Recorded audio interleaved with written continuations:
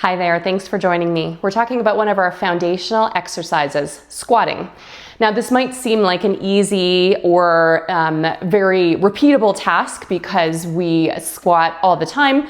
We sit up and down out of chairs, we use the washroom, and all of those things involve squatting. But sometimes in a fitness setting, it's nice to have some cues to follow for what I mean when I say let's do some squats. So we're gonna do a little exercise together just to fully understand that. Now, as I get up and down out of a chair, typically I have about a hip width stance.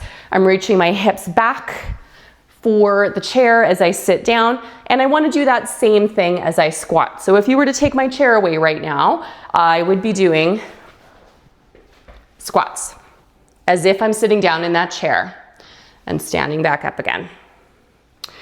Sometimes I see though that we drop our knees a little too far towards our toes as we squat. That can put some shear pressure through the knees that really doesn't need to be there in this particular exercise. So what we're gonna do is stand up from your chair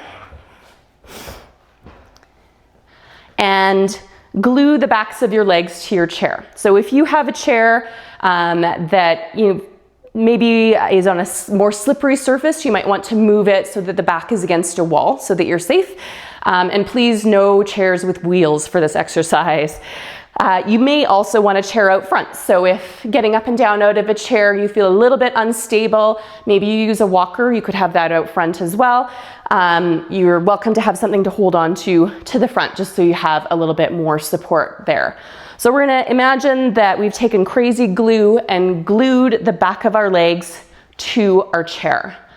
And now we're gonna think about taking our posture up nice and tall, shoulders back and down, looking more forward than down at our toes as we hinge at the hips and send our hips and butt back and then come up, keeping that the legs glued to the chair the whole time.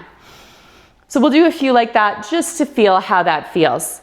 So definitely my knees are not projecting past my toes right now and keeping them in. It's really a right angle at the ankles right now. Good, we'll do one more. All right, and then if we were to take that into a full seated position, so into a full squat or chair sit stand, my legs would come away from the chair at some point, so that crazy glue would come apart and allow me to fully sit down. It's hard to keep your legs glued to the chair the entire time.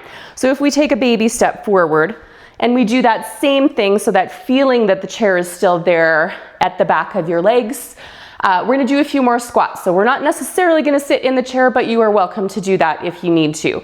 So we're gonna sit down and come up, imagining that that chair is still touching the back of my legs. So I need to really reach my rear back to keep that contact point. And I'm gonna do 2 full chair sit stands now as well.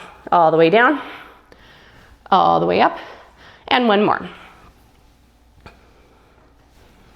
Great. One other important thing to note is that a little bit wider base of support is not a bad thing for squats, and it actually is more comfortable for some people. So if you find that your hips are a bit bothered by squats, you may want to take a slightly wider stance, toes still facing outward, to do your squats. Give that a try. Thanks for joining me.